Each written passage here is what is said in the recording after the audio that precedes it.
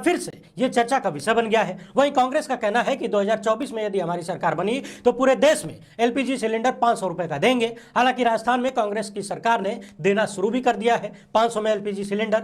वहीं पिछले दिनों आजमगढ़ के नए नवेले सांसद दिनेश लाल यादव उर्फ निरहुआ से जब पत्रकारों ने महंगाई पर सवाल कर दिया तो भड़क गए। पहले तो कह दिया कि तुम सपा के प्रतिनिधि हो, फिर कह दिया कि देश से बाहर चले जाओ, महंगाई है तो। गजब है भैया, मानो देश किसी की बपौती हो गई है। महंगाई नजर आए तो देश से बाहर चले जाओ, भ्रष्टाचार नजर आए तो देश से बाहर चले जाओ, नौकरी नहीं मिले तो देश से बाहर चले जाओ, असुरक्षा नजर आए तो देश से बाहर चले जाओ। सवालों से बचने का बहुत बढ़िया तरीका ढूंढ लिया है लोगों ने। पत्रकार सवाल पूछ ले तो कह दो कि तुम सपाई हो, तुम कांग्रेसी हो। असल में जिस पत्रकार को सपा का प्रतिनिधि कहा गया उसे कहना चाहिए था कि सांसद महोदय, सपा का प्रतिनिधि होना देशद्रोह है क्या?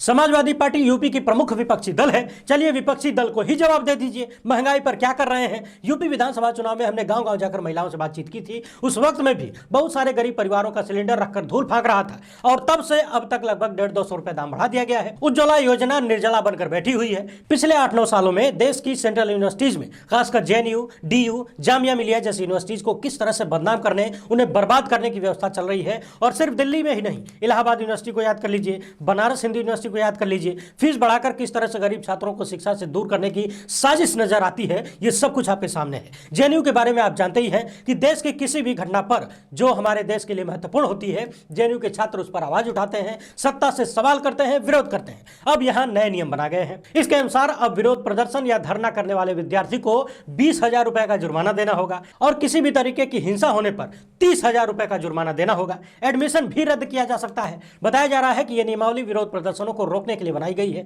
आप सोच रहे होंगे कि हिंसा करने पर तो जुर्माना होना ही चाहिए। आप बिल्कुल सही सोच रहे हैं, लेकिन याद करिए 3 साल पहले 5 जनवरी 2020 की रात को जेएनयू में क्या हुआ था। फीस बढ़ोतरी के खिलाफ छात्र प्रदर्शन कर रहे थे। इसके बाद 50 से अधिक नकाबपोश बदमाश कहीं से आए और यूनिवर्सिटी में तांडव मचा दिया। उन्होंने डंडे से, लोहे की रॉड से स्टूडेंट्स को, टीचर्स को, सबको पीटा और बुरी तरह से पीटा। इस हमले में छात्र संघ अध्यक्ष आईसी घोष भी गंभीर रूप से घायल हुई थी। इस मामले में अभी तक किसी की कोई गिरफ्तारी नहीं हुई। बहुत सारे लोगों का यह भी मानना है कि दरअसल यह गरीब छात्रों को दबाने की कोशिश है। अब कोई करोड़पति होगा तो 20-30 हजार का जुर्माना भर लेगा और जो करोड़पति होगा वो फीस वृद्धि का धरना प्रदर्शन करेगा ही क्यों। जहां तक बात हिंसा की है तो शांतिपूर्ण प्रदर्शन में हिंसा फैलाने के लिए एक गली का टुच्चा टाइप का कोई आदमी भेजकर भी हिंसा करवाई जा सकती है और इस तरह की चीजें अक्सर सामने आती हैं। जेएनयू की 2020 की घटना को ही याद कर लीजिए। वो नकाबपोश कहां से आए थे? सैटेलाइट से तो आए नहीं होंगे, एलियन तो थे नहीं। अचानक आए, छात्रों को पीटा, टीचर्स को पीटा, हॉस्टल में तोड़फोड़ की और अपने ग्रह को वापस चले गए और दिल्ली पुलिस आज तक किसी को पकड़ नहीं पाई।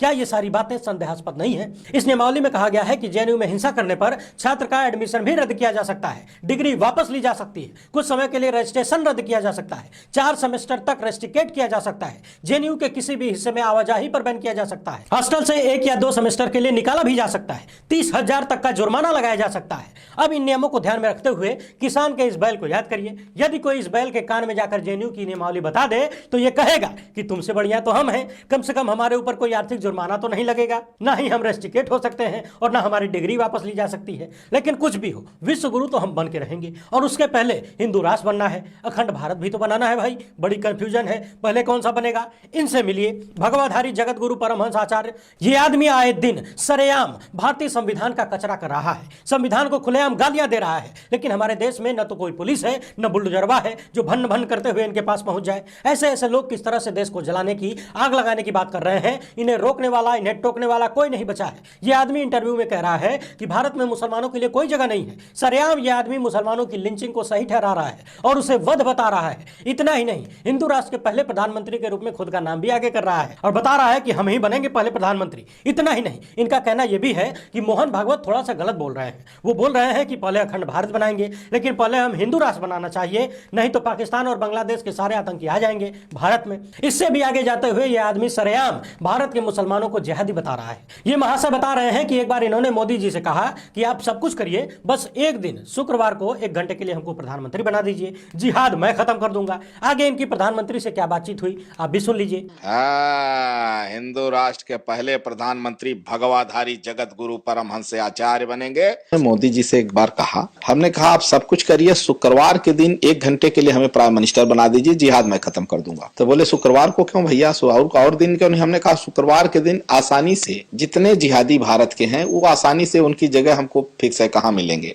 ये पहली बार नहीं है, ये आदमी लगातार इसी तरह से मुसलमानों के खिलाफ गालियां निकालता है, नफरती बातें करता है और देश को बांटने की बात करता है, मगर प्रशासन में कहीं कोई कार्यवाही नजर नहीं आती इनके खिलाफ। अब पहले बात कर लेते हैं शाहरुख खान की पत्नी गौरी खान पर दर्ज हुए मुकदमे की। मुंबई की कारोबारी ने शाहरुख खान की पत्नी समेत 3 लोगों के खिलाफ मुकदमा दर्ज करवाया है। इन पर 85 लाख रुपए हड़पने का आरोप लगाया गया है। बताया गया है कि गौरी खान, अनिल कुमार तुलसियानी और महेश तुलसियानी के खिलाफ आईपीसी की धारा 409 के तहत मुकदमा दर्ज किया गया है।